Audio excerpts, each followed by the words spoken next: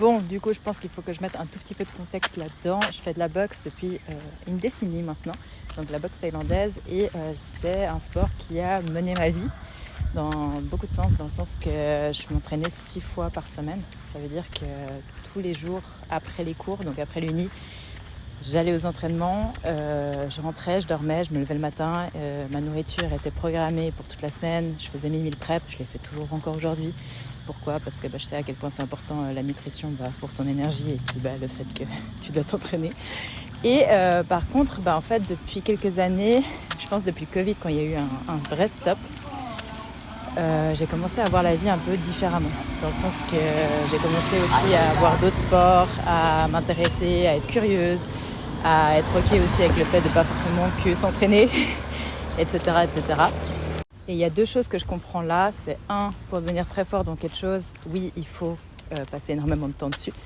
Mais 2, c'est qu'une fois que les fondations sont posées, tu auras beaucoup plus d'habilité à aller chercher d'autres objectifs sans mettre en fait en doute tes performances. C'est-à-dire quoi ? C'est-à-dire que là, par exemple, ça fait 1 an presque, je suis à fond dans l'entrepreneuriat, je suis revenue en Suisse. J'ai eu en fait en gros ma dose, pas ma dose, mais j'ai fait beaucoup de compétitions sur les 2 dernières années. Je suis rentrée dans un nouveau sport qui est le Jiu-Jitsu, qui me demande d'autres compétences complètement différentes que la boxe thaïlandaise qui est debout, pas par terre.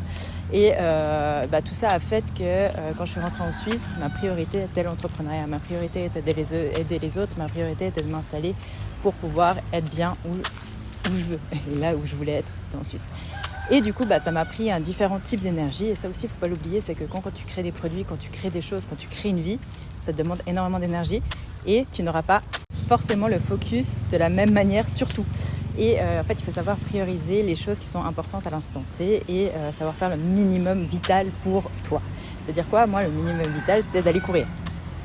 Pour moi, chaque fois que j'ai lancé des projets, chaque fois que j'étais à fond dans l'entrepreneuriat, le minimum vital que je faisais, c'était d'aller courir. D'ailleurs, pendant les 6 premiers mois où j'ai rebrandé la maison Ivy, j'ai commencé Mayer, je ne suis pas allée à la salle faire du kick du tout, parce que je sais que ça me prend 2 heures, voire 2h30, voire 3 heures, et ça me prend toute mon énergie, parce que c'est un sport qui est demandant. Tu laisses ton cœur, tu laisses ton âme, tu laisses toutes tes pensées, tu laisses tout. Et c'est un sport que j'adore, que vraiment, ça me passionne dans le fond de moi, c'est un truc que j'aime. Mais je sais que le sacrifice que j'ai dû faire, c'était aussi une partie de ça. Ça veut dire que des fois, il faut laisser un peu le plaisir de côté pour que plus tard, tu aies plus de temps peut-être pour le faire. Donc là, par exemple, je suis en Thaïlande pendant 1 mois, je vais passer plus de temps à faire les choses que j'aime et peut-être un peu moins de temps avec l'entrepreneuriat, mais parce qu'aujourd'hui, je sais ma mission de vie, je sais ma voie et en fait, je connais mon minimum vital, entre guillemets, aussi dans l'entrepreneuriat et c'est ok de faire des pauses. Là, j'ai fait une semaine de pause, mais en fait, j'ai vraiment pris du temps pour moi. Chose que je pense au 21e siècle, les gens ne font plus. Voire ne savent pas faire. Vraiment, j'étais assise devant le coucher du soleil, j'avais même pas de musique, c'est jamais arrivé de ma vie et j'ai rien fait. Rien fait, du matin au soir, absolument rien. Et en plus, je me levais à 6h juste pour voir le lever du soleil et être sûre que la journée passe bien lentement. Et en fait, d'être seule avec vous-même et d'apprécier votre présence, c'est quelque chose qu'on oublie de faire. On est tellement demandé, on est tellement surmené que c'est difficile. Et je pense que sur le long terme, tu as meilleur temps d'essayer d'apprendre à t'apprécier et de donner vraiment des moments pour toi. Et pour te dire du coup comment je deal avec la frustration en fait de recommencer quelque chose, surtout quand tu savais que tu étais fort dans ce domaine-là, c'est qu'en fait je me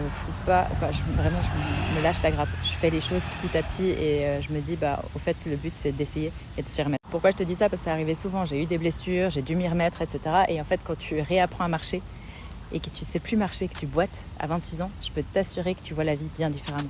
Ça veut dire que tu prends plus ta santé pour granted. C'est pas possible en fait. Et tu prends pas en fait ton corps comme un outil de travail qui peut faire du 24 heures sur 24 et du 100% tout le temps. C'est jamais comme ça. Toutes les athlètes, on le sait. On sait qu'il nous faut des jours de repos. On sait que reprendre trop rapidement ou trop fort, ça peut que nous blesser. Et c'est pas le but parce que du coup, ça nous fait encore plus de temps out. Et en fait, le but, c'est aussi d'apprécier. Ça veut dire te dire, au lieu de me morfondre que j'arrive pas. En plus là, j'avais mon coach devant moi. Je suis tellement désolée. J'ai fait les 3 rounds et je suis pas morte, c'est déjà pas mal. Et il y a d'autres fois où vraiment dans ma vie où je sentais même plus mon cœur et puis mais c'est pas possible, donnez-moi de l'eau, j'abandonne. Et en fait, c'est grâce à toutes ces fois où je me suis remise dedans, où j'ai refait, que y a un moment ou un autre où tu apprécies vraiment. Et là, tu te dis merci à Sarah Dia, 3